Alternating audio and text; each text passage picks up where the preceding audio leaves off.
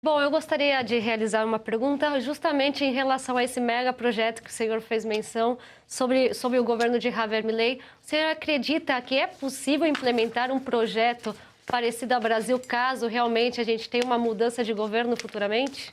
Sem dúvida.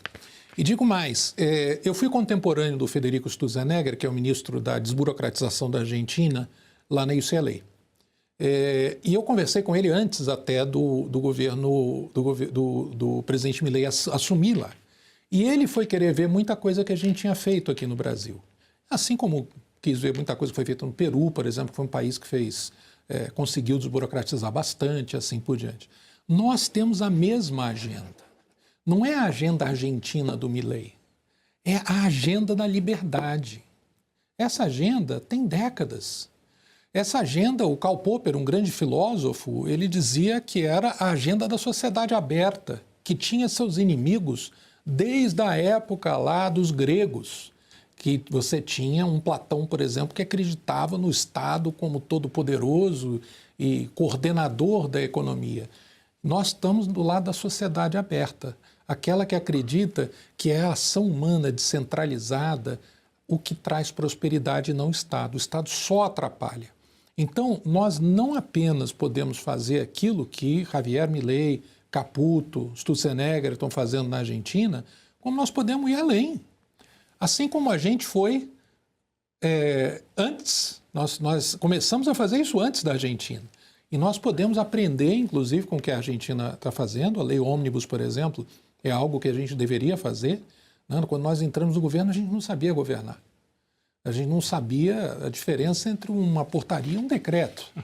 Nós éramos economistas com convicções muito fortes, que acreditávamos num país livre e próspero, mas a gente demorou para aprender.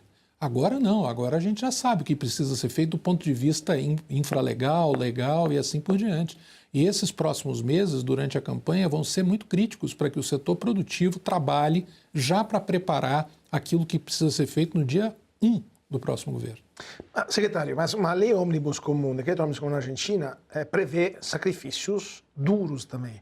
Milei cortou 30% do orçamento, basicamente, do gasto público em um ano. Isso em um país como a Argentina, com uma hiperinflação, faltava combustível, havia problemas de abastecimento, era algo que o povo aceitou porque a alternativa era pior.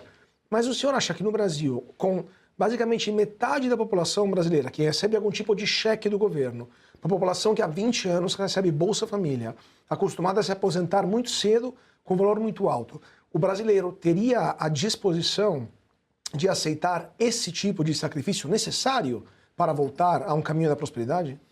Não, a gente não precisa de um sacrifício tão grande assim. Definitivamente nós não precisamos, nós não estamos numa situação como a Argentina estava. A Argentina estava em moratória, a Argentina não conseguia pagar suas contas, era uma situação bem pior daquela que nós vamos ter no final desse ano. Então, eu acho que a lei ônibus, nossa, ela vai ter que ter cortes importantes em despesas desnecessárias. Nós temos que cortar gastos que não trazem nenhum benefício para a população e manter aquilo focado que traz benefício para a população. O Bolsa Família, por exemplo, é um programa que nós temos que manter, só que a gente tem que ter uma porta de saída para ele. Nós temos que, porque eu costumo até dizer do conto dos dois gêmeos. Se você pegar dois irmãos gêmeos, que aos 18 anos um começa a trabalhar com salário mínimo e o outro ganha Bolsa Família e fica fazendo bico na informalidade, 10 anos depois, quem é que vai ter prosperado, vai ter uma renda maior, vai estar numa situação de vida muito melhor? É aquele que não ganhou o Bolsa Família. A Bolsa Família é uma prisão terrível para o brasileiro. São milhões de pessoas que estão ficando para trás. Nós temos que manter o Bolsa Família, mas nós temos que investir na saída do Bolsa Família. Nós temos que tirar as pessoas do Bolsa Família porque elas melhoram de vida. Agora, a nossa lei ônibus é uma lei de choque de produtividade. Ela tem uma parte de corte de gastos, mas principalmente ela desacorrenta o setor produtivo. Porque se nós crescermos 5% ao ano, o problema fiscal ele fica naturalmente resolvido com pouco sacrifício do ponto de vista de gastos. Agora, falando de produtividade, nós estamos agora toda essa discussão, especialmente nos mercados internacionais com as cripto, com AI, com inteligência artificial, tudo que está acontecendo agora. E tem-se a visão de que pode haver uma mudança de modais de trabalho muito importantes pela questão exatamente da inserção da inteligência artificial.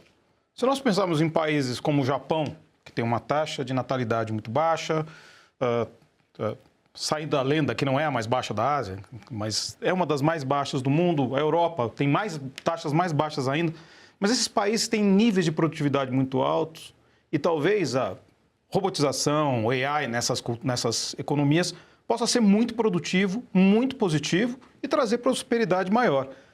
Agora, no Brasil, que nós temos esse grave problema, que o Bolsa Família é uma consequência disso, essa baixa produtividade vem dessa questão.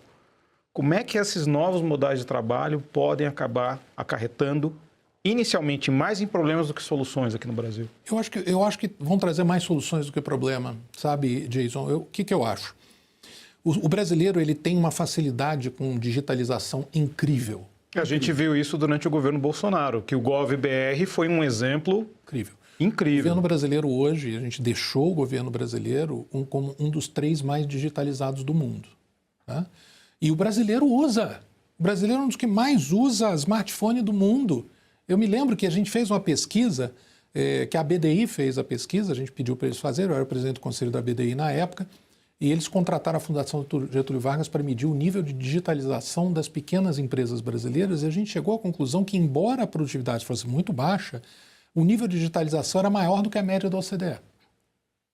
Falei, mas como é que pode isso? Falei, tem alguma coisa errada. Rever os dados aí. Aí eles foram rever, o que eles encontraram?